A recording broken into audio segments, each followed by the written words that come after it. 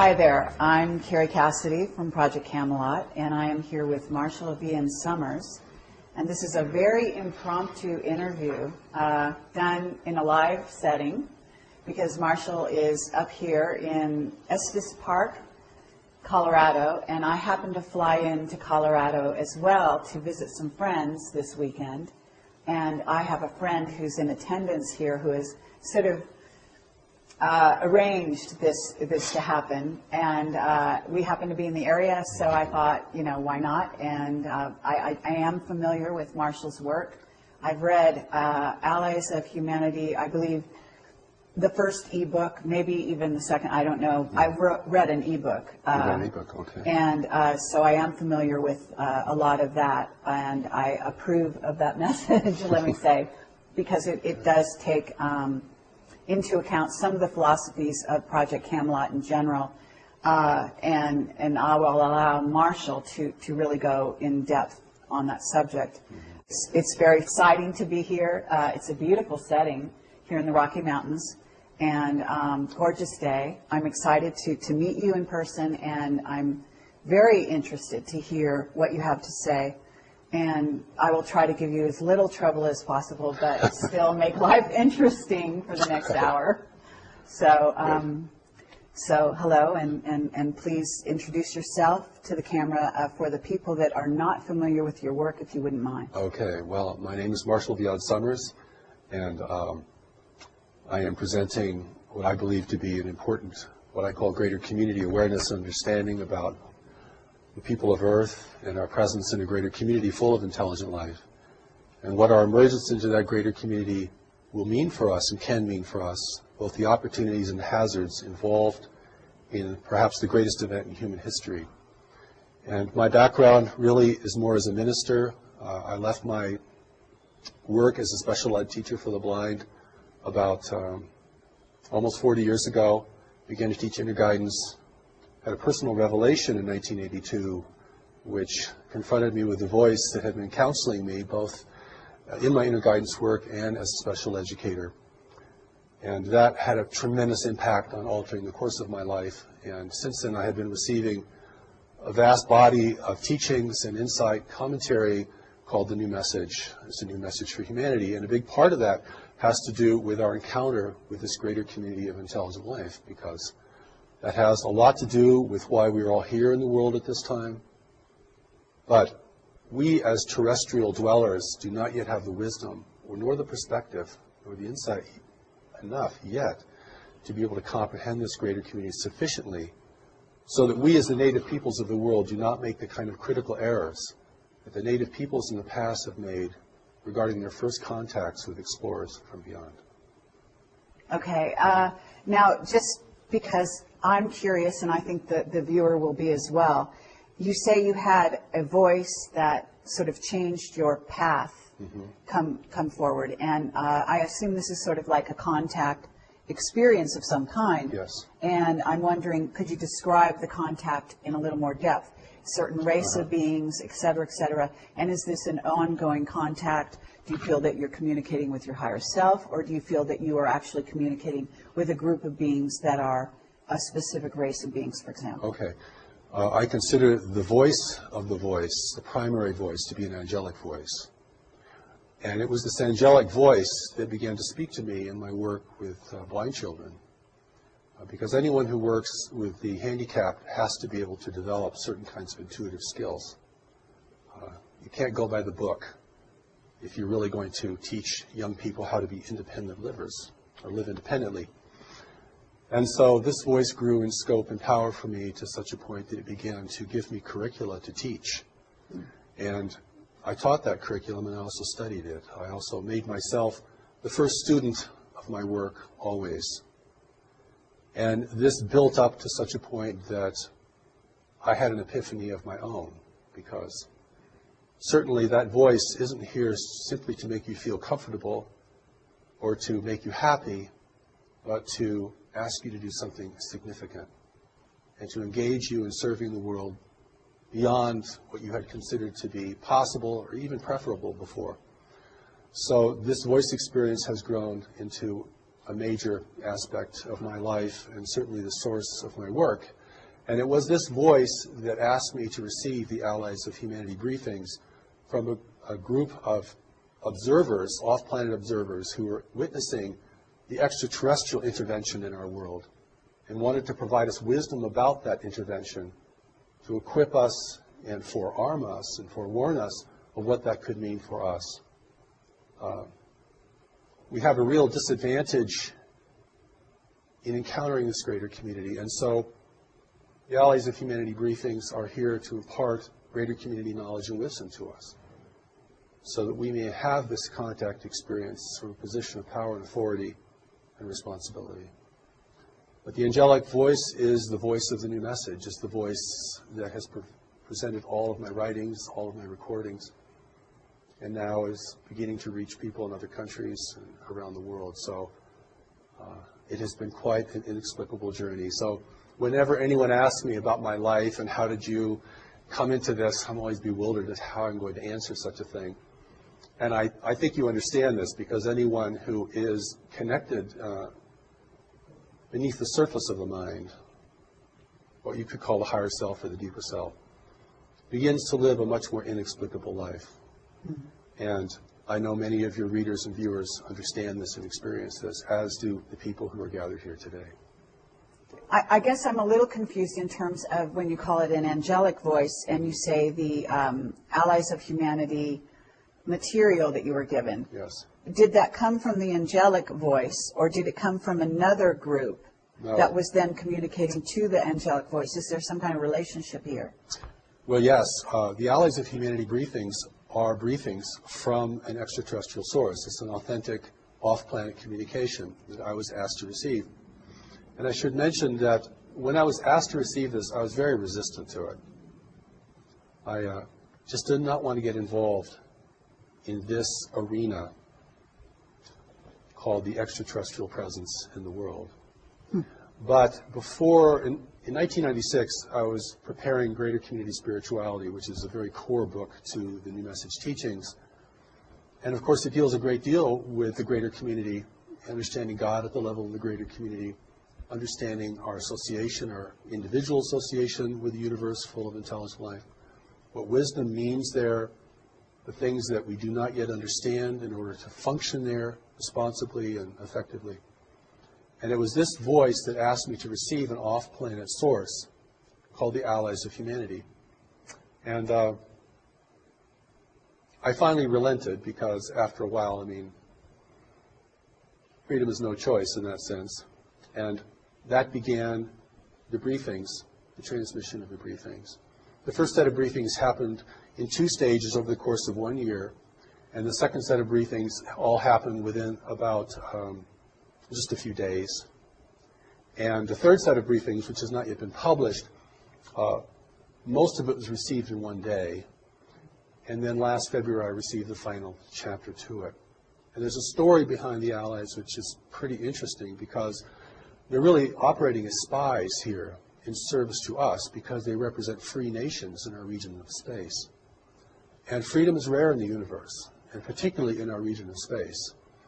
So we know from our worldly experience that free nations don't get along very well with unfree nations. And there's always a dissonance there and a difficulty. And so the world is now really being intervened by races who are here to take advantage of this world and of our position in this world. And the Allies briefings warn us about this, that this is premature contact, that humanity is not ready for contact. We do not have the social cohesion. We do not have the worldly wisdom. We're not prepared for this kind of engagement with races who can be far more clever and effective than we are, and who can exert much more control over the mental environment, a reality that we're only just beginning to understand. And so the briefings are really here not only to warn us, but to encourage us. Because what I see in the world today is that individuals and groups of individuals are losing confidence, not only in themselves individually, but in human institutions, human leadership. And of course, we all have good reasons to doubt human leadership.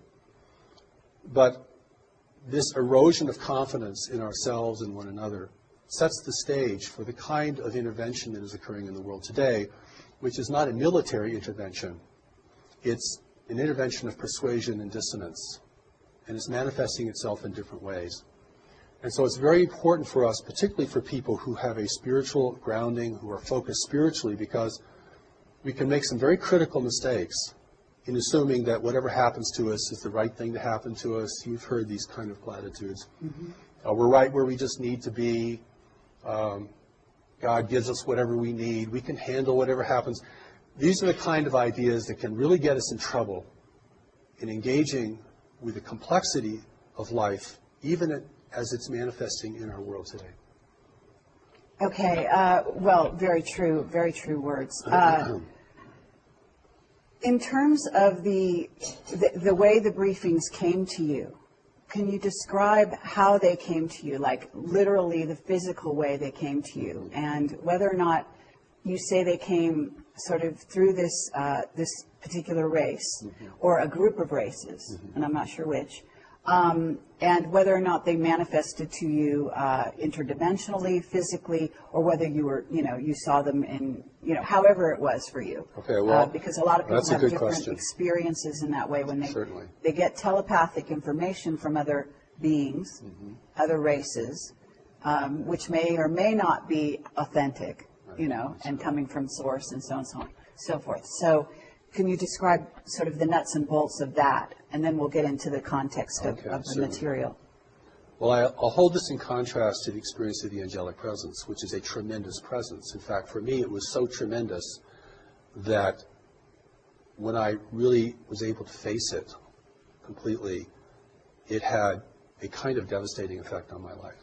It wasn't a sweet and comforting kind of experience. It was more like being blasted by radiation, and it certainly created a shift in me. And so I hold that kind of experience, which is a tremendous experience presence, will fill the entire room. You can't think of anything else. You can't do anything else. I mean, it's overwhelming. And if you have not learned to recognize what it is, you might think it is a terrible thing that's happening to you. You might be terrified of it. So I've had a long runway in preparing to receive this kind of presence and to receive this communication. But the allies, I did not meet them personally. They've never visited the planet. They've never been on the planet. And they make it very clear that the real allies of humanity are not here and will not come. And we can talk about why that is so from an ethical and practical standpoint. So my experience with the allies was like hearing a voice on a very long distance call. No personality, no presence, something far, far away. Because they were far away. I mean, even positioned in our solar system discreetly as they were at the beginning, they were still very far away. And so this was a divine connection that is free of mechanical interference or interception. It is something we don't know how to create. I don't know if anyone knows how to create this. And so there could be no interference from the intervention itself and no interception. But for me, it was a very faint experience compared to the experience of the presence. So no dramatic meetings, didn't get on any spaceships, didn't travel around the galaxy. I didn't do anything like that. And yet the emphasis on my receiving this was so strong. And had that emphasis not been there, I'm sure I would have just dismissed it as an errant kind of experience or an annoyance. Or, no, I don't want to do that. But it proved to be very important, and I recorded it in my voice, and it was transcribed. But when I read the Allies of Humanity briefings, I know this is not coming from me. And I think especially notable in the Allies is the regard it has for humanity. A seeming regard that's much greater than I think most of us have for our own selves as a race. I mean, we're a pretty clumsy, violent, and disorganized race. Collectively, we might be fantastic individually, but collectively we don't make a very good show in our local universe. And the Allies do comment on that. But for me, the engagement was very, very subtle. But when I locked into that, it was quite strong. I mean, the words flowed, the feeling flowed, the kind of beyond words you would hear in a communication, had real power and efficacy, and certainly affected me, affected the people who were the first to listen to these. But it's just my voice. Whereas when you listen to the angelic presence speaking through me, you're hearing a totally different voice. I mean, it has somewhat like my voice because it's using my body as a platform, but that's clearly not me. In fact, we listened to one of the recordings this morning in our conference, which we call the encampment, and I listened to that voice and I thought, I wish I could talk like that. I really do, and I mean that. I've tried and I can't do it.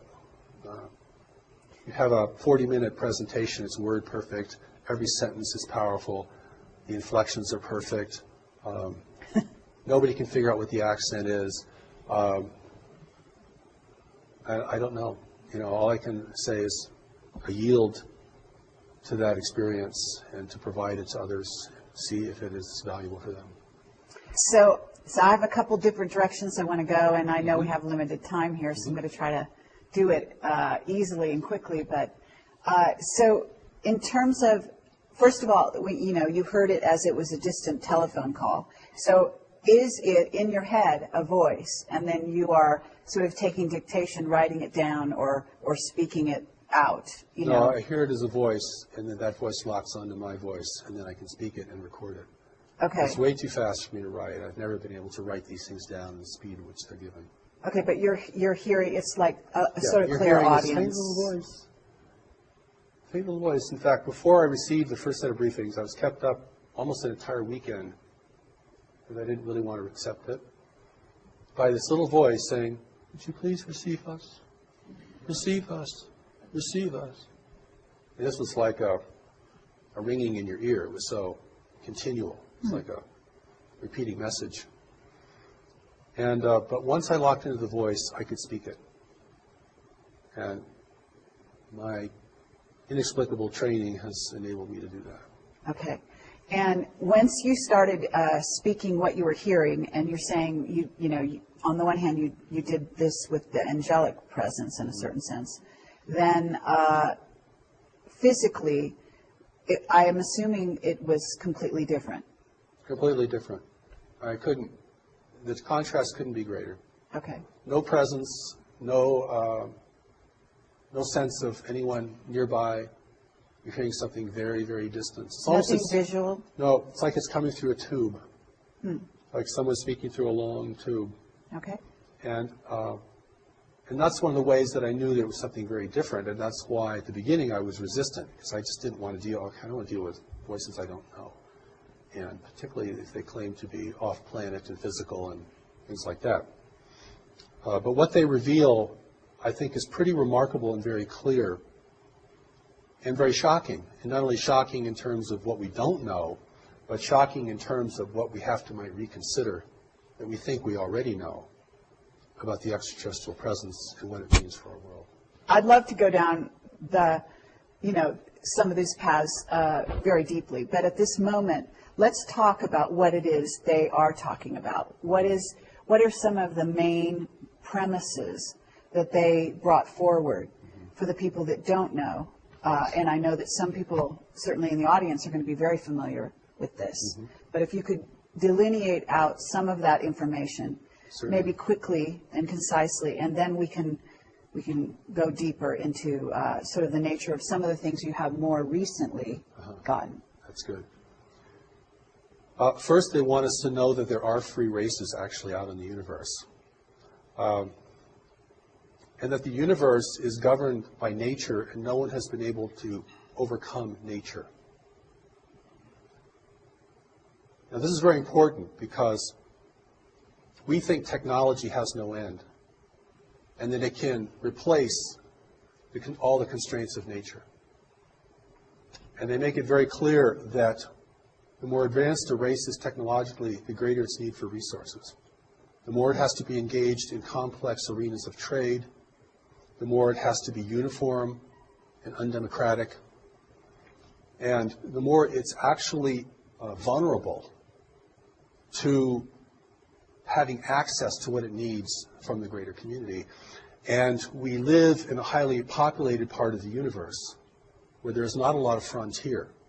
where there are very strict rules of trade, a great deal of control over territory.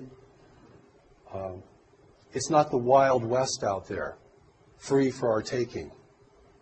And war has been suppressed in this region of space. Conquest is suppressed. So if you want to gain influence over another world, you have to do it through other means. And the other means have been cultivated to a very high degree. And we're talking about persuasion and deception. Okay. And here we are, the native peoples of the world, thinking that we're in the center of the universe, that if anyone would come to visit us, they would come to help us, most naturally, because we are so important to the cosmos. And, you know, we, of course, want higher technology because we want power. And we have problems here we can't seem to deal with, global problems, resource depletion, climate change, political corruption, a growing dissonance between nations over who have access to the remaining resources of the world, just one example. And so we feel very needy of help. See what I'm saying? And so the Allies briefings make it very clear that those who are in the world today will present themselves as agents of change and beneficial change for humanity. The world cannot be militarily overtaken because it would destroy its value. None of the races visiting our world can live here because of the biological hazard. So they need human assistance. They need us to use the planet the way they want it used. And they'll even use all of our infrastructure. And the reason that this is new and not ancient is because only in the latter part of the 20th century have we created an infrastructure that foreign races can utilize. The native peoples couldn't do anything for them. Okay, well, what about the times of Atlantis? The world's been visited throughout its history. There have been attempts to colonize the planet. They've all failed because of the biological hazard. And biological hazard is a very big deal in the greater community, and we can certainly talk about that if we have any time. Mm-hmm. And I think the Allies' intention is to warn us that there are different races of beings here, but they're all part of an intervention. And there are competing groups here in the world. And they're multiracial. So we may see them in different forms, and they can certainly project forms. I don't mean that mysteriously, I mean that technologically. I mean, they can project images holographically into our environment. And they will use our aspirations, our greed, our corruption, our uncertainty, and our insecurity to build their importance. And certainly, even at this point, they have enough human representatives and apologists in the world that will promote their importance and the idea that humanity cannot make it on its own, that our leaders are incorrigible, their institutions are too flawed to be redeemed, and that we must have their health and their brilliance and even their spiritual enlightenment in order to redeem ourselves and to take care of our world in the way that we might aspire to. Excuse me. No problem. Well, that is clearly what they want to persuade us of. I understand. Now, what we don't understand is what constrains the intervention. People say, well, if they want the place, they should just come take it. I mean, if they're not taken by force, it means they're probably not violent, or they're probably not here to harm us in any way. But see, there's so many missing pieces to this puzzle that we can't add, that I think the briefings attempt to add in the most clearest and lucid manner possible. I mean, you know, your 10-year-old could read The Allies of Humanity and get it. Okay, so it doesn't require a highly sophisticated notion of dimensions or dimensionality or spiritual dimension or political astuteness in order to read the Allies briefings and realize what they're telling you. They're telling you you're facing a subtle invasion that is not here to destroy you, but to utilize you, and will use your strengths and your witnesses and your adaptability to this world, which they do not possess, in order to establish their own agenda here. Their agenda here being That they want resources. They want resources. That they also, but they also want to inhabit this world. It appears. They don't really want to inhabit it because they can't. All they can do that is through genetic manipulation. But even genetic manipulation is a very time-consuming and difficult task. And that's why the intervention has taken a very slow pathway. It just happens to be the most effective way to ingrain yourself in the consciousness, in the biological reality of another race. Okay, and at this point, you're talking, do you want to talk about the various races that are involved in this sort of covert invasion? Or, do you want to delineate out some of those races? Because obviously there are many, and we can't list all, 57 or more, because those are, some of our intel that tells us that at least 57 races, but quite possibly more. That's right. And do you want to, at least for the listener, because I know that you're using terminology just in your phrasing, that if people aren't quick and don't already have a background in this, they might actually have misunderstood what you said, because you'll say foreign, and they may think, well, we're in the United States, maybe he means France, and I, just because, I catch it, because obviously I'm used to thinking along these lines, But what I'd like you to do is, we're talking about an invasionary force, because people are very sort of hyped up on the notion that, oh, maybe we'll be invaded sometime in the future. A lot of movies bring that possibility forward. But the fact is, we've been invaded, and we're being invaded as we speak by all of these races that you're describing. And so let's name some names, if you don't mind, just briefly, before we move on. Well, first of all, there are no names given in the Allies' briefings. They do not describe where they're from because they want to protect their free worlds. Yes, I noticed that. They also do not describe in names the races who are here because it would be meaningless to us, or it could certainly generate a lot of fantasy and speculation.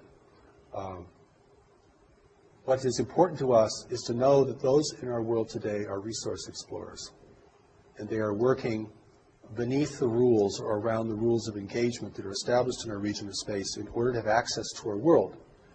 If it appears to outside observers that their presence here is not resisted or denounced, then they have, within the rules of engagement in our region of space, they can be here without setting off alarms to their competitors or establishing official oversight problems.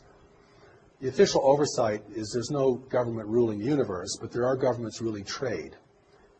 And trade rules everything for advanced nations that are interdependent with one another. And that is where the control is demonstrated. Advanced intergalactic nations. Yes, intergalactic. Advanced nations. And there's so many things here that, whenever I talk about this, I have to kind of paint a picture in the background, because the picture is very different than what most people think today. We either think that the off-planet intelligences and races are either very demonic or very angelic, or we think there are good ones and bad ones. There are good guys out there who are going to help us, there are bad guys who are not going to help us. The briefings themselves kind of set the record straight, that in order to create an unambiguous situation on Earth, those potential groups who were visiting at earlier times are not here, because we don't have the ability to discern, we don't have the subtlety or the insight to discern friend from foe. You cannot tell an ally from an adversary unless you're very skilled in the mental environment. Very intuitive, very insightful, literally a seer. Okay. Because they're presenting themselves as the saviors of humanity. And in the background, they're taking people and never returning them. In the background, they're building a new human. Not to replace us, but to determine our direction. I'm often also asked, and I never like these questions very much, but I'm often asked, is our president an extraterrestrial, or is our leaders? I think the thing to understand here because I've had an opportunity, both through the Allies briefings and through the greater community teachings of the new message, which go way, way beyond the Allies themselves, is that those individuals that are being prepared to be in the world are here to advise the leaders. Mm-hmm. They're psychic, they're powerful, they're brilliant. You can recognize them if you have the eyes to see, but most people will not recognize them. Mm-hmm. They're not in positions of leadership, they're not accountable to the public, you will rarely see them on camera. This is how an intelligent race gains ability and influence and control without the people knowing it. Certainly, because they don't realize they have somebody to rebel against. That's right. They think that they are in alignment, mm-hmm. at least those that are following that particular right. person or group. Okay, so we have also, you know, you made an interesting statement a ways back in which you said that in this area of the, I guess you said the galaxy, mm-hmm. they don't allow, there's a lot of control and they don't allow war. That's right. What I got was an overt war. And I wish you could talk about that a little more, because that's an interesting statement. And, you know, understanding in when I'm talking to you is what I have is a body of knowledge that comes not only from my own intuitive information, but also from the contacts, the whistleblowers, and the people that are feeding me information behind the scenes. So I have gotten some descriptions that dovetail, if you will, some of the things that you're saying. And, you know, too strong a way to put it would be evidence. But I certainly have witness testimony that would maybe substantiate some of the things you're saying. So what I'm trying to do is find out whether or not they reveal themselves or they reveal more about this picture. So when you say that there's control in this area of the galaxy, mm-hmm. who's in control? And if there's no war, in a sense, we know there's a war. Certainly there's a war spiritually. Oh, very much so. And so, but there are ways that this so-called war manifests, and it sounds like there's limitations in the way the war can manifest in this area of the galaxy. Limitations is a good word. Large nations, if they become involved in networks of trade, have great influence over each other. And it's a very competitive environment. The universe, our universe that we're going to have to deal with, isn't a big frontier with a bunch of uninhabited Earths out there that we can go migrate to when we've just completely used up this one. I mean, and this reality is a very competitive reality. And so the skill in mental environment, the skill in persuasion, the skill of seers, the skill of things that we might hold to be very spiritual, but now have been used or are used in a very mundane and even invasive way, are used a great deal. I mean, once the rules are established, everyone figures out a way to get around them, or to skirt them, or to operate within them effectively. And of course, we're like the young child that goes into the big city, but we don't know anything about the social reality, the political reality of that metropolis. And it's our naivete and our innocence that makes us probably endearing. I think you get this sense of endearment when you read the Allies brief. They really think we're very sweet, actually. But they also indicate that, you know, some things we don't know that could destroy us. Mm-hmm. And not having any idea of what the reality is beyond our solar system is a tremendous disadvantage. So those forces in the world today are not, you know, operating in a military sense, but they're infusing themselves into the hierarchies of religion, government, and probably even more specifically or more greatly in commerce. Okay, but we do have war on this planet, mm-hmm. and Sorry. It is orchestrated, even from behind the scenes, by these so-called persuasive contacts or entities or races, as you call them. Uh-huh. But there's also, from what I understand, there's also literal war taking place in the solar system and outside the solar system between some of these races. And yet you're saying there are limitations. So I guess what I'm curious about is not so much what's allowed on Earth, although certainly that's part of the question, but what is allowed in, let's say, what's allowed in our solar system. Because I've gotten information as to certain groups that are actually maintaining what what they call outposts on the edges of our solar system that either allow some craft in or don't allow some craft in. In other words, kind of maintaining trade routes, if you will. Well, there's supply routes for those who are here, and this is the complexity that gets really difficult because different nations have been contacted by different groups. And certainly, I'll say a few things that might shed some light on this. One is, if you want to gain ascendancy in the world and have your presence be the most trusted presence, then you have to weaken the strongest nations. And one of the ways you weaken a strong nation is by engaging it in intractable conflicts. And then begin to erode the confidence of its people in that nation. This is very much about persuasion and acceptance, okay? I make this emphasis about war because our whole orientation to space is war. Mm-hmm. Star Trek, Star Wars, War of the Worlds. Right. This is where we're coming from as a people. We think the universe is just another big battleground between empires and freedom fighters and all this kind of stuff, which is a total projection of, our reality here on Earth. Mm-hmm. But the truth is, we're facing a non-human universe. And that alone is enough to send people chills. We're facing a universe that does not value human values. But we're also facing a universe that, like every other creature, requires resources to live, has to deal with competition, has to deal with provision, has to coexist with others. So our emergence into the greater community is an emergence into a much more sophisticated and complex environment. And we're going to emerge into this greater community because we can't stop. It's happening, not because we're going out and finding out what's out there, but because what's out there is coming here. Mm-hmm. Not all of what's out there, but some of it. The briefings also indicate that there are very few worlds in the universe who know of our existence. That's an interesting statement. Those who do know keep it a secret. Fewer competitors.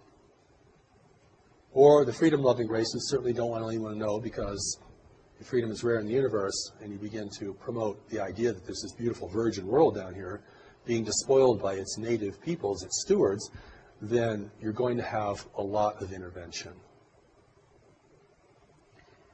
It's in this is the Ali's briefings talk about this, as well as the New Message Greater Community teachings, is that we're following a very normal path of self-destruction. Mm-hmm. That most races that become technologically endowed begin to outstrip their world's resources and are usually engaged in the greater community, not because of their explorations, but because the greater community arrives, offering gifts with their secret plans. And that's how that is the inducement. The inducement is not just to be a conquered people, because we'd resist. And if we resist, they couldn't function here, and they destroy the value of this world. But if we can submit, and if our desires and our ambitions can be enticed, then that's the best weapon there is to make the enemy drop their weapons and join you according to the engagement that you present. Okay, so on a certain level, what you're talking about, because as above, so below. Mm-hmm. So there's a certain level at which I can use certain phrases like being co-opted. So if I'm here on Earth and I have a corporation and I co-opt the opposition mm-hmm. by bringing them on board to my agenda, mm-hmm. or even a portion of my agenda, and not tell them about my hidden agenda, then I'm co-opting them because yes. they're, if I'm Coca-Cola, I get them to, to drink my Coke and maybe make a great deal with them. And if they're a lesser power, a lesser powerhouse corporate speaking in the world, then they come on board and they think, oh, they got lots of bells and whistles and they get to be my so-called friend. But in reality, that's not really what's going on there, right? That's right. I'm Coca-Cola and I'm going into Africa and giving them Coke, free Coke, even whatever. I give a lot of things away, right, initially. Sure. And then they become my friends, and then they let me in and they let me buy land, they let me build corporations, and then pretty soon I'm employing them, but pretty soon I'm also ruling them because I'm employing them. That's right. And so on and so forth. So by the same token, if we go off planet, a similar thing is going on. We bring in, they bring in the bells and whistles, which are free energy, technology to go off planet. The idea of terraforming other planets is very appealing to a race that is spoiling their own planet, right? Certainly.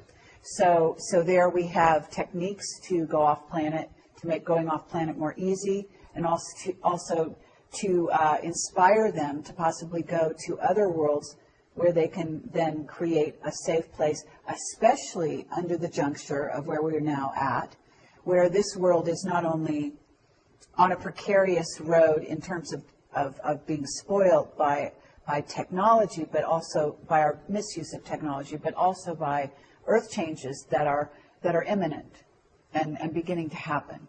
So that in that scenario, and then some of our black projects have what is called, Project Looking Glass, and they have future technologies that can see the future, or potential futures that have more potential of happening than other potential futures, and then that gives them the upper hand, certain countries on this planet, the upper hand, so they can conduct business in a certain way to go in alignment with a positive agenda towards the future that looks like it's more likely going to happen anyway. So they're planning for a certain scenario, and the scenario involves earth changes on the one hand, it involves rolling out a sort of population elimination agenda on another, and then also sort of this resources trading establishments with various races off planet, to where these alliances have been made and built and kept up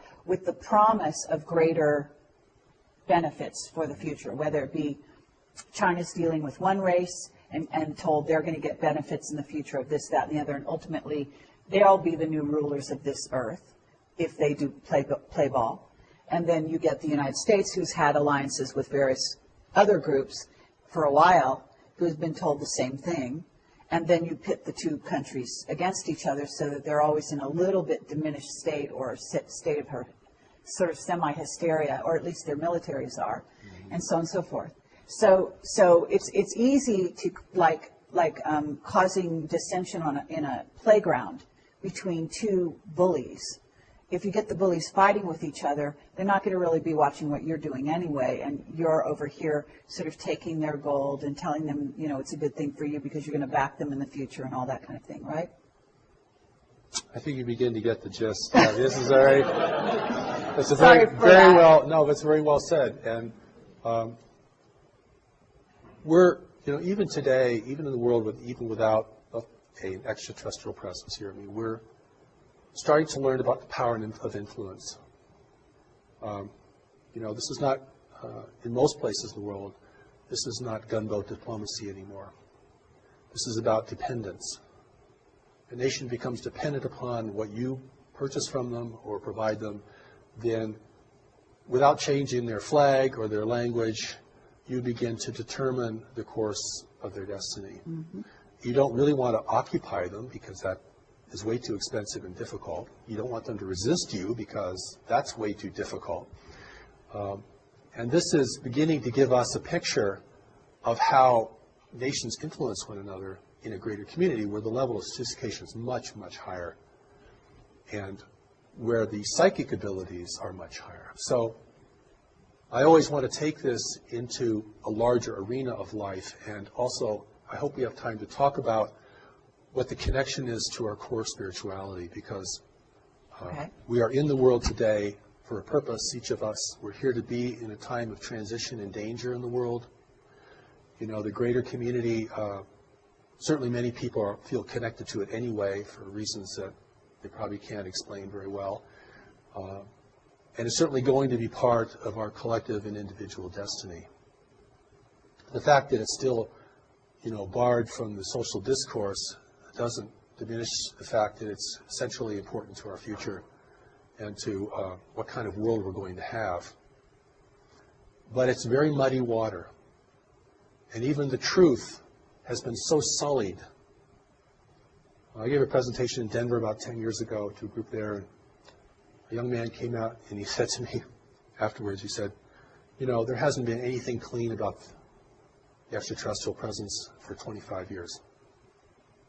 And so, we have to look now at what our relationship with this greater community is, our relationship with this intervention. I mean, not the whole universe is intervening here. I mean, we're just part of a larger environment, and we've come of age. And we've reached puberty technologically, okay? We're now subject to greater interests, and we're also destroying the planet, the wealth of the planet, the wealth that others would value. It's biological wealth. When I say resources, I'm not talking about, coal seams. I'm not talking about the kinds of things that we think are really important. I'm talking about biological elements in a universe of barren worlds. I'm talking about blood. I'm talking about plasma. I'm talking about cellulose. I'm talking about the building blocks of life. This is precious stuff. The recent Allies briefings say, you have no idea how important a tree is.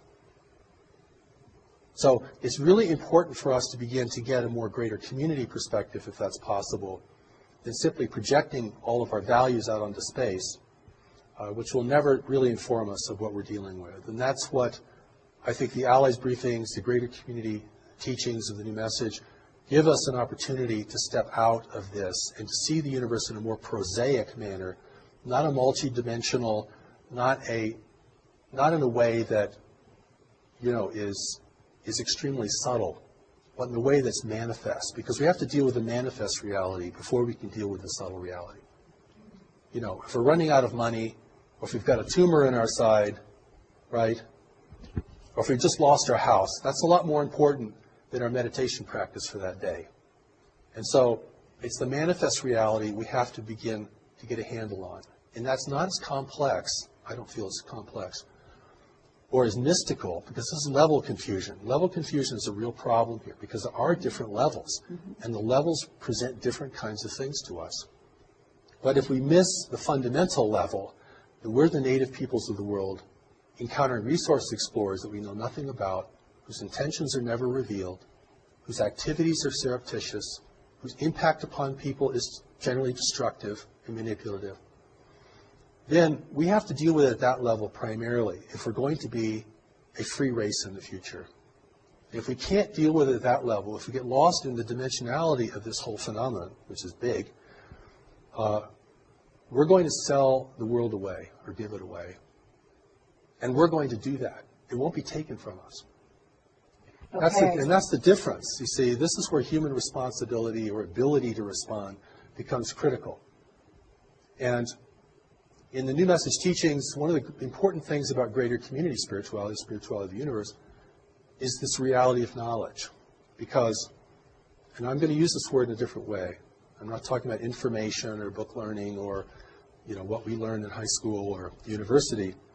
I'm going to talk about knowledge as a deeper mind. We can call it higher self, Christ self, Buddha self, whatever. This mind operates beneath the surface of our worldly mind, our intellect, which is pretty much totally conditioned. I mean, you're never going to totally recondition your personal mind. I mean, it is thinking how culture thinks. It is thinking according to our biological and social realities. It can think better, and it could be valuable, but it is very, very ingrained. Excuse me. Knowledge is really important here because it's the only part of us that cannot be manipulated. Okay. And I want to take knowledge out of the religious realm, if I can, or the high spiritual realm, because there's so many things associated with it, and bring it down into a kind of a consciousness baseline. This is the well of what you know and can know, and your ability to know. This is a part of you that's still connected to God. not the part of you that's living a soul journeying through manifest reality. This is the part of you that didn't leave, that isn't journeying through manifest reality, or it's going with you, but it's not on that journey. This is the only part of us that cannot be manipulated by any worldly, extraterrestrial, interdimensional, anything. This is important because this is the source of our strength and our integrity and our ability to see. If that does not become the emphasis of an evolving humanity, then we will be seduced en masse. And we'll be seduced in a way we never thought we'd be seduced. And how we'll be seduced is being offered what we want, which is the most deceptive form of seduction there is. Beauty, wealth, and power is part of that, certainly. And we're very primed for it. I mean, as the world becomes more disorderly, as resource depletion continues, as nations become more fractious with one another, and we're entirely able to make our own war, by the way. You don't need any help from beyond to do that. We're very good at that. We've been doing that for a long time, and nobody has to teach us anything about that. But the wars that we become engaged with, particularly in larger powers, do have a purpose for the intervention. If the only nations that could really rally the world are weakened sufficiently through intractable conflicts, and if the two or three strongest nations of the world are repitched in opposition to each other, or that's fortified, there will never be a consensus here. And that doesn't take as much intervention as you might think. Because everything that happens that we do is a result of our decision making. And what influences our decision making is what informs our decisions. And this is where the power of knowledge becomes centrally important. And this is where spirituality isn't just a wondrous place to be, or a place to escape into, or a coping mechanism for dealing with a harsh and incomprehensible world, but becomes the traction for really being powerful here, and insightful, and beyond persuasion. And this is the part of us, amongst other things we have to develop, that's very core to our success, in my view. The Allies briefings talk about this. The power of knowledge is the greatest power in the universe, and the intervention's not using it, or they wouldn't be here. At that level, you can see this clearly. This is not a mystery. I've gone to conferences that said, this is not a mystery. And I was like, what? Because keeping it a mystery is part of the deception. We're going to keep this so inexplicable, and we'll never get it, and it's magnificent. It keeps the adventure going. Like, this is an adventure in consciousness, to study these things. That's one line of thought. So when I've gone to speak to groups of people and presented the Allies briefings in as gentle and compassionate way I can, I mean, the resistance is tremendous, because it's like I'm taking people's parade away from them. I'm taking their lollipop away from them. I'm depriving them of this really exciting thing that's going on and turning it into just another damn thing we have to deal with in life. And okay, at that moment I'm going to stop you so we can change tapes. I'd like to talk a little about God, because God is a part of this. And we are spiritual beings with a spiritual origin and spiritual destiny. And I think our spirituality is actually one of the core strengths of humanity in the universe of highly technological and secular worlds, which predominate in our region of space. We do not need to look for other races to spiritually enlighten us. We actually have the materials to do that ourselves, and have actually done fairly well in keeping the mystery alive here, where it's died in many, many other places. When I talk about God, I'm not talking about our various belief system in ultimate power.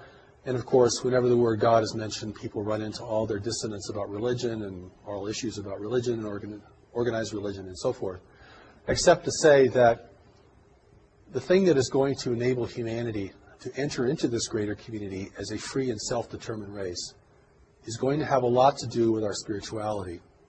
And I don't mean our spiritual belief or the subtleties of our spirituality. I'm talking about the part of us that is connected to it firmly and immutably, because if that's the only part of us that cannot be manipulated by any worldly or otherworldly force, then that represents the source of our wisdom, our strength, and our unity with each other. Because in facing the intervention in the greater community, we are certainly facing an adversity that we're unaccustomed to and do not really know how to discern very well. And I don't think anyone in government really knows how to discern it either. I don't think there's a secret group that's got all the cards on the table. And they're being influenced as well. So it comes down to what people see and know and their responsibility within themselves and to others, because this is what enables the native race to rally and to begin to question, at least question at the outset, the meaning and the value of this. If we're hungry for technology from beyond the world, which is part of the inducement, it's liquor for the natives, for sure. If we want others to come and rescue us, that will be accommodated. If we want an overseer in the world that's non-human, that will be provided. But it's really, we have to grow up and become responsible. We're going to enter this greater community. You can't have a nation full of run by tribal conflict and warring nations. And so in adversity here is the opportunity. And the opportunity is the intervention and the breakdown of environmental stability in the world are the two things that can prompt humanity to unite in its own defense.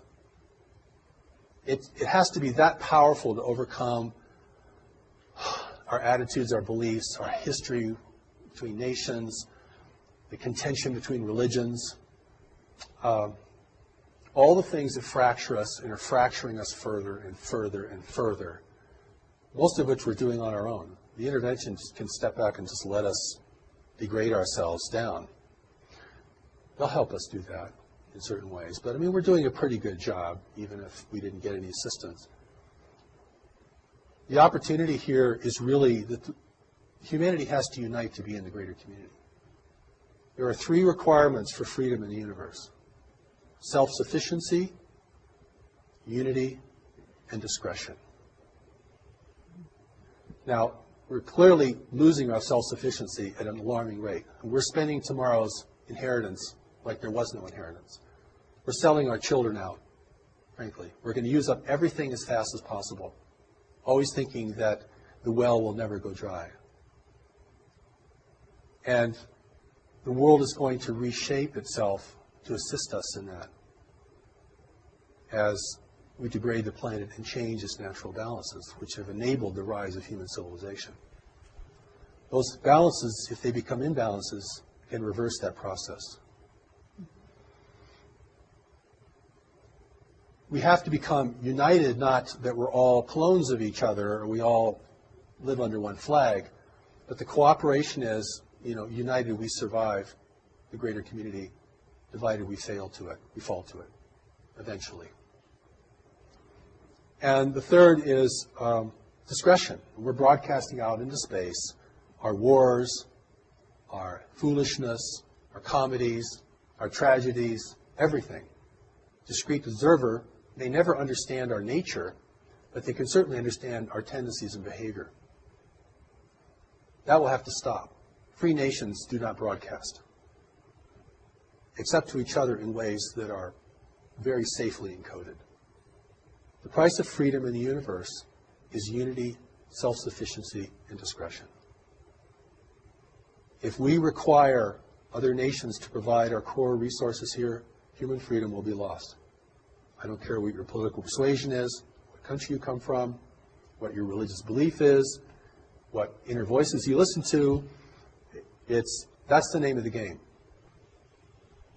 Okay. That's very interesting. I'm not sure, the last one, discretion, I would say discernment, but in a certain sense, I think you're using it as a more active verb. Yeah, that's right. I would include discernment in that, but certainly right. Discernment has to lead to discretion.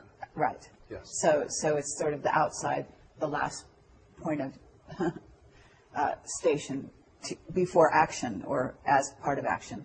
But So what you're saying, though, is very interesting in the sense that, and I don't want to make light of it, but, the Ronald Reagan saying of, at some point that if we had a common enemy, that would, in theory, unite us. Mm-hmm. Now, I'm not sure that he meant it in quite the same way you do. Yes. And I think that people listening to this who are skeptics and who may be less sort of willing to accept any of your message might sort of look at that statement in that way. So is there a way that you can address that in the sense that if you were talking to the people that sort of love to go off on that Ronald Reagan quote, right. Yes. What would you say? Well, I first would say that people are terrified of human unity. I mean, I've spoken to conspiracy groups before, and, human unity is just a big flag. It's a red flag. When I talk about unity, I'm talking about responsible management of the planet and cessation of human conflict. Not just purely for moral or ethical reasons, but for really practical reasons. I mean, we're going to have to protect the arable land of the world. We're going to have to protect fresh water and renew fresh water. We're going to have to do all this stuff, or we are, we're not going to have a future, or not a desirable one, certainly. And that is part of the reason the intervention's here. The other part of the reason the intervention's here is we're at the threshold of becoming technologically powerful enough to discern it effectively and to communicate out into space that we don't want anyone messing with us. Stay away, please. We're not ready. We'll let you know when we're ready. That's why the real allies of humanity, or races that could become the allies of humanity, are not interfering in the world today, because it's highly unethical for them to do that. Even if they wanted to help us grow and become peaceful and peace-loving, they would have to control us to do that. Or they would just send their wisdom, like in the Allies briefing. They just send their wisdom. They're not sending, advisors down here to encourage us, persuade us. See what I'm saying? There's a big difference between sharing wisdom with somebody and beginning to control their life, or trying to control the life or the outcome. I don't consider the intervention to be evil. I think it's just self-interest in the universe. Mm-hmm. And we have things they need, and they really need them. So there's a lot of myths here that have to be blown up about, self-sufficiency and free energy, which is a total myth, by the way, by my view. I mean, there's no free lunch in the universe. And even if you could harness free energy, like harnessing the power of the sun, you're going to have to create some pretty powerful technology to do it on a big scale. Mm-hmm. So you still need resources. Right. Right. So even if the energy is free, in order to capture it and use it, you still need huge infrastructure, lots of resources, all these kinds of things. So it's not really free. See what I mean? Sure. It's not really free. But I want to go back to God, because whether people believe in God, it's important that they know that there's a part of them that cannot be corrupted. It has never been corrupted. And that there's a way that that part of them can speak to them and advise them. And this is, you can call it your ground of being, your gut feeling, whatever you might call it within a religious or a general vernacular. There's a part of us that has to advise us. Well, or you could say to the intervention, can't you just see this for what it is? 50 years of UFO research, can't see it for what it is. Why is that? 50 years of UFO research, cannot see this. Oh, we know we're being visited, sure. We knew that 50 years ago. Haven't gotten any further, really. Got lots of sightings, got drawings, and radar, and tons of speculation, and lots of kind of science, pseudoscience, all kinds. But can anyone say, what is this? Well, we're talking about the agenda of the so-called invaders, right. But what I'd like to get back to this idea of what you're talking about, which is sort of humanity's core essence, if you will, which might be the terminology I would use. But on the other hand, I also noted that a while ago, you related to a soul as not being the same thing as this essence that you're speaking about. And I think that's an important thing to address, because I think there will be spiritual people out there Certainly. that will be concerned at that distinction. That's right. Well, in the way that my understanding has evolved and what's been presented to me over these many years is that don't usually use the word soul very much. I describe it more as a part of us that's still connected to God, that's very wise and looks on everything with much greater discernment and depth. There's a part of us that is disconnected from God, and we live in the part most of the time that is disconnected. Mm-hmm. And that's almost a price of being in the world. Because if you really had full God awareness, you really wouldn't want to be here. It's way too dissonant. Or you'd have to be here on a major mission, and you'd garner a lot of resistance. And that, in that sense, that's enough. If you know that a part of you is wise and a part of you is not wise, and you can distinguish that on an increasing basis in your own experience, then whatever your religious affiliation or belief or ideology might be, you can relate to this. I mean, people know what I'm talking about. You know, when I've gone to foreign countries and talked about the intervention, no problem getting that. Hey, we've been intervened with for centuries. We're being manipulated, right? I mean, there's no pretense of freedom and democracy and, nobody can affect us because, we're God's chosen race. And people know exactly what you're talking about. Mm-hmm. I mean, it's just from a different source. Oh, okay. Yeah, I can get that. Sure. And so it's this ability to see, recognize, and know things that's going to be very key. And it's, it's under the radar of the intellectual conversation. And in my view, it ends up in the final hour being the most important thing. Because we're never going to fully understand the intervention and how it works. We might finally figure out its impact on our governments and the way they behave, which I think a lot is being done there. I think on our end of the spectrum, we're putting a lot of things together. And that's your work. And it's very laudable work. It's very important work. Because that's the part of us that's going to capitulate first. And I want to say one more thing about that, if we have time. One of the arguments for intervention is that intervention threatens our economic interests. And therefore, our economic interests, you want to thwart intervention. But it's really the opposite. Our economic interests are to be the first to be persuaded. If you can give power no one else has, one little piece of technology, which may be a trinket in the universe, if that gives you supremacy in your world, your business world, your life, oh boy, that's unbridled greed right there. Well, in my work, though, these groups have been bought off in that way. In other words, that's a done deal. They have sold their souls in that regard. So what we're talking about is, now that they've done that, and they've done it in our name, so to speak, whether it be the U.S. government or Chinese governments have made deals with the visitors, okay, for these trinkets, as you call them. So knowing that it's been done, now what? Well, I don't think it's a done deal, because there are elements in our government, this is what the Allies talk about. They don't really talk about our government because they don't really know much about our government, except that we transmit everything. Even the government transmissions can be, somebody could sit out there and read just our entire script, you know what I'm saying? There are factions within our government that are aware of the intervention and support it, and there are factions that resist it. Right. So this becomes very complex. I mean, when we talk about they've all been bought off, no. Has the government's all been bought off? No. The situation is much more fluid than that. Mm-hmm. Okay. Or it is a done deal.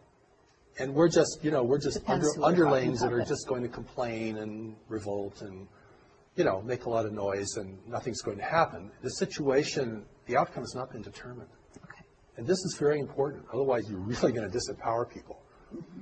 And it's a very complex situation because we're talking about influence permeating lots of parts of our life, and in ways that we are beginning to understand. The other part of this equation is the intervention itself.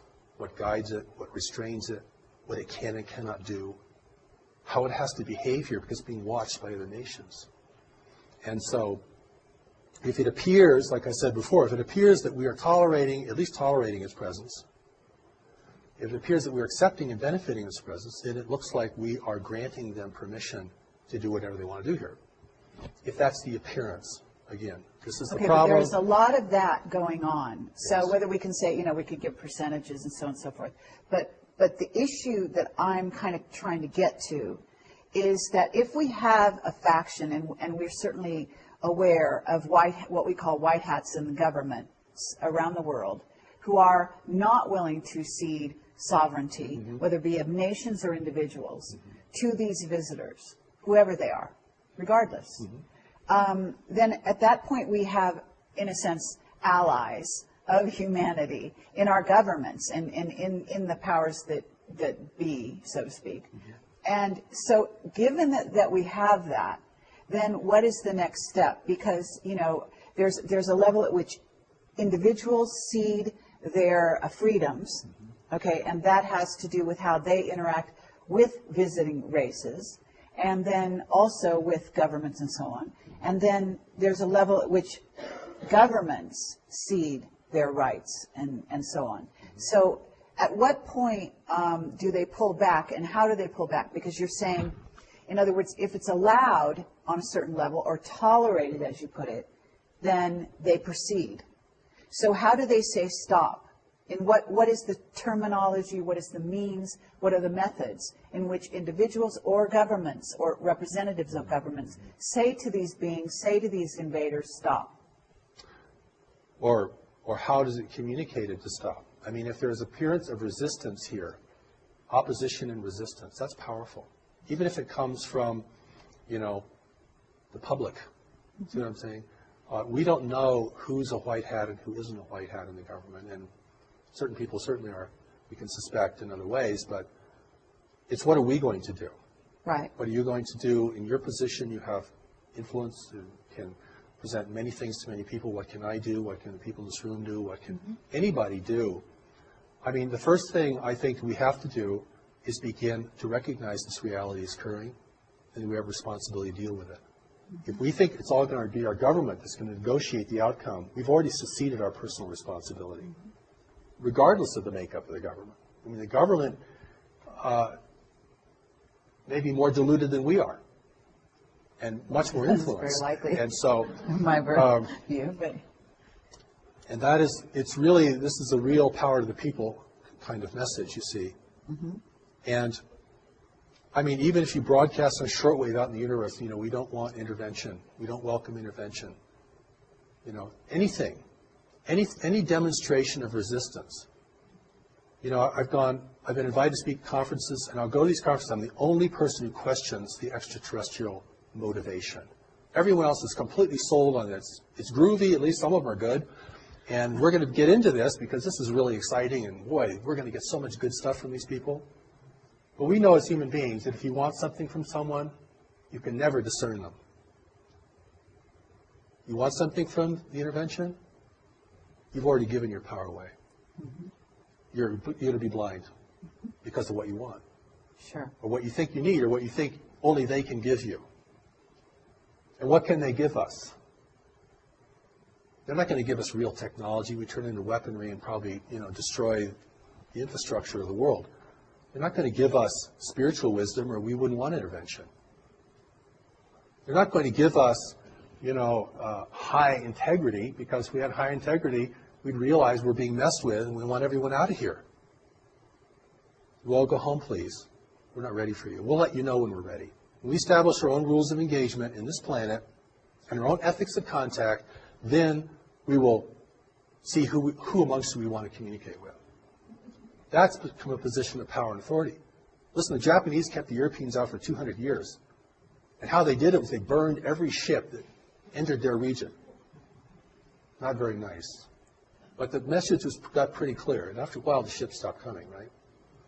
So, if the Native Americans had done that in the United States, we might have a different nation today. White people would be the minority. At a certain place, someone could say to you that if we are where you say we are, what if I said to you that we are ready? Okay. What if I said to you that the information that I've gotten as Project Camelot is that consciousness on the planet is higher than is given credit for. Going along the lines which you even are saying, which the Allied briefings, as you call them, say, and this is something I talk about when I go out and speak to groups, which is the amazing powers that reside in humanity that we don't give ourselves credit for. Yes. The amazing riches and skills and gifts that each and every person bring to the equation here on Earth. And that actually even superpowers are within our grasp. In other words, that this human encasement, whatever you want to call it, is perfectly conceivable for us because of our amazing potential genetically, as a genetic library, have all the skills embedded in our DNA that all the races that visit here have. In other words, they don't have something that we lack. We do have access to those things within ourselves. It's just that we don't know it. We don't develop it. But at this moment, I also think we are on the verge of, if you want to call it, I would not say, as Jack Nicholson says, you can't handle the truth. Actually, I say we can. And actually, speaking for this, humanity here, I say there is a huge contingent, in my view. They write to us every day. Now, maybe I'm overly optimistic, but I feel that consciousness is at a place where they are ready. And so, just to wrap up, what would you say to them? And I think some of your advice, or the Allies' advice in a certain sense, if you want to call it advice, is very pertinent. Because if we are on the verge and we are ready, then what's the next step? I would say that we can be ready, and we're not quite ready. We have, as you mentioned, we have the resources to be ready. We know more about this planet than any other race in the universe. We're the only race in the universe who could survive here successfully without a great deal of adaptation. We know more about our nature than any other race in the universe. We know more about our history and our tendencies than anyone else in the universe. And that if other nations want to help us, they should share us their wisdom about what life is really like and the pitfalls and dangers of functioning in a greater community. So my emphasis through all of my work is to empower people to be strong, effective, and compassionate. But we're going to need strength. I put that first, because you can't be messing around in the face of the greater community. This is big time life. And we're still in a very adolescent phase collectively as a race. I mean, we're still very indulgent and foolish, and we're not responsible to the future. We're not saving resources for the third generation out. I mean, we're using up everything. So I think the change in that is a change, not just a change of understanding, but a change of heart, to realize we are the stewards of this planet. If we want to continue to be the stewards of this planet, individually we're going to have to learn some new things. And we're going to have to become really strong and honest and effective in our lives. And this is about individuals now. This is not about going to change the government. I think that's pretty hopeless as the first step. We're not going to get them to divulge their information, because if they ever do, it probably wouldn't be whole or complete anyway. And so, but we do need to learn about the greater community itself. We do need to learn about our personal strengths and responsibilities. We certainly all have to get our own house in order, personally, individually. And that's kind of that's a great starting place, of course. But, humanity can never give up. And the intervention is either here to win us over or discourage us from resisting. That's the power of persuasion. And I look around, I see, many people are on a downward spiral. They're losing heart, they're losing faith, they don't know how to handle their life. They're getting very discouraged by what they see in the world around them. Their own sense of inadequacy can overtake them. So, you have to build the person up. You want to take them into a battle of who's going to control this world in the future. And this is a battle at another level, all right? This is like warfare at another level. Okay, we're not going to be clubbing each other over the head. But we are going to be determining, what has power and meaning in the world. And that's why, in my work, I present the Steps to Knowledge. It's available online. You can go read the Allies of Humanity at allieshumanity.org. Go to newmessage.org and study Steps to Knowledge. Putting tremendous things available so we can reach people not only in the Western nations, but all around the world. And something like 60% of the planet has access to cell phones now. You know, it's amazing. And so that education and orientation has to happen, because no one on earth is going to win if an intervention is successful here. There are no winners amongst us. The profiteers will be subjugated just like the rest of us in a controlled world. And, you know, we're rich or poor, whatever our race, nationality, you know, we're in this together. This is our world. And we're going to have to really re-earn the right to have it be our world. We have to clean it up. We have to build kind of networks of cooperation even just to do that. So I'm talking about something very expansive, very complex, but the incentive has to be there. And the incentive isn't just for wonderful things. The incentive is also the fear of failure, because we can fail. And there's nothing wrong with being aware of that. We don't have to be terrified of the world to be aware of that. That's just a reality that we know we can fail. And if we understand that correctly without denigrating ourselves, then we know we have the power to rise to occasions. And certainly there could be no greater occasion than this. Thank you. Thank you, Marshall V. Summers. And I really appreciate it. What I'd like you to do is just give out perhaps your URL for the people listening, and any attending knowledge that they need in order to find your work and to pursue it further. Good, thank you for that. The Allies of Humanity briefings are at alliesofhumanity.org. We're a nonprofit organization.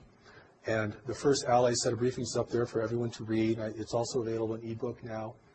And the second Allies briefing is in print. The third Allies briefing we hope to publish next year. One of the seminal works on the greater community for us is called Life in the Universe, which we plan to publish next year through New Knowledge Library. And we'll send out announcements and so forth.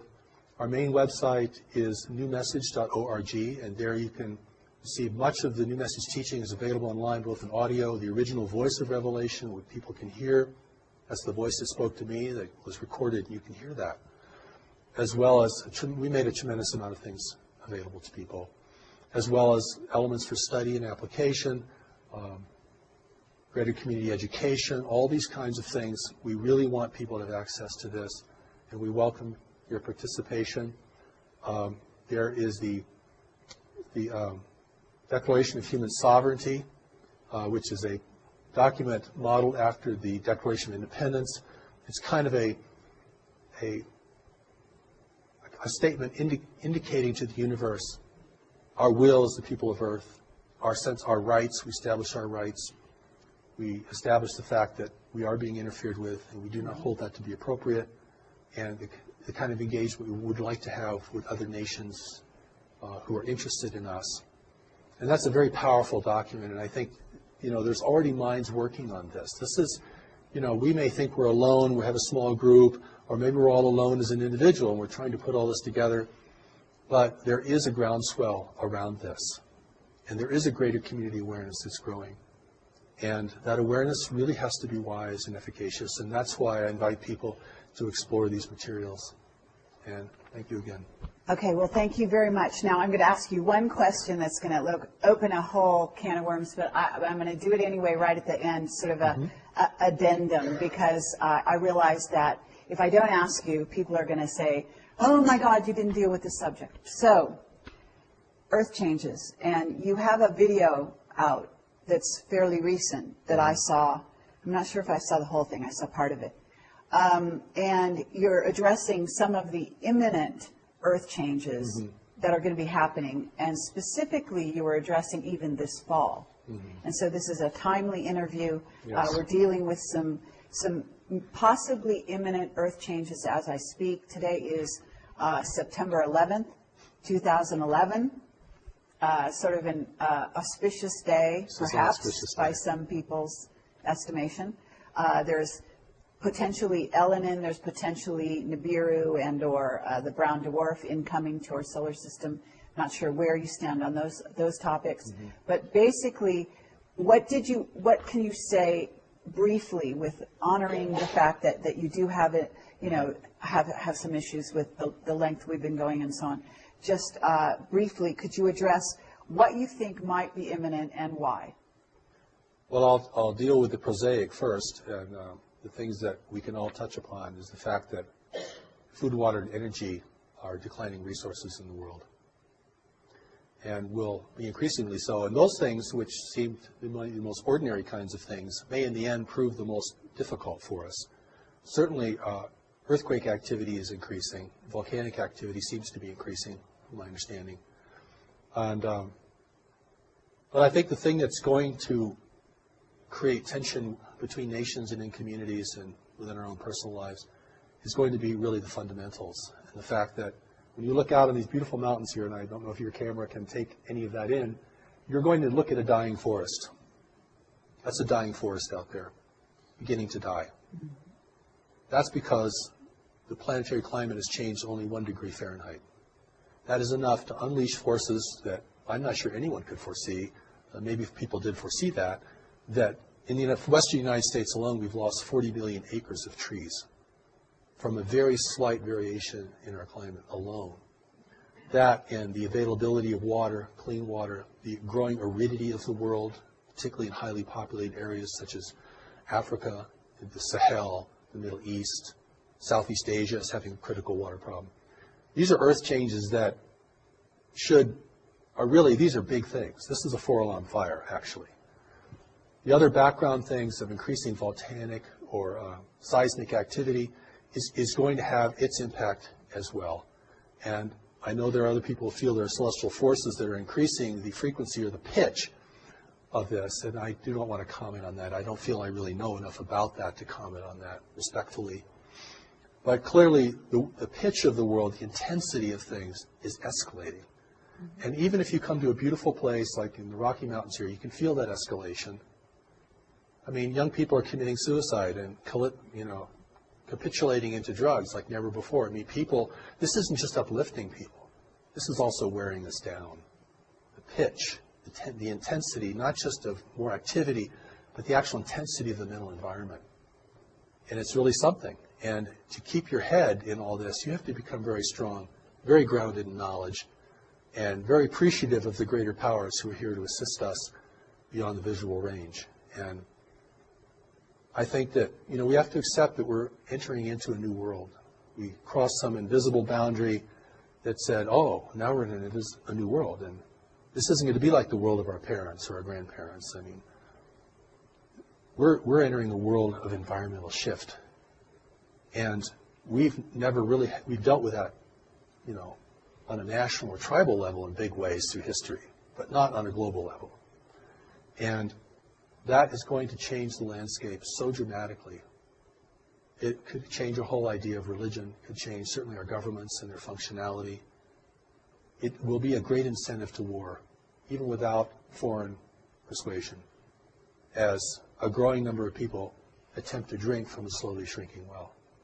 And the only way that you can prevent chaos and decline is by a growing sense of unity and compassion and awareness that we're in this lifeboat together, this lifeboat called Earth.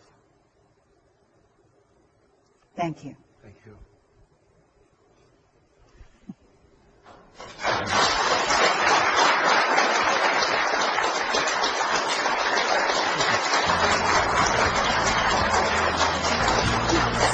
You're good.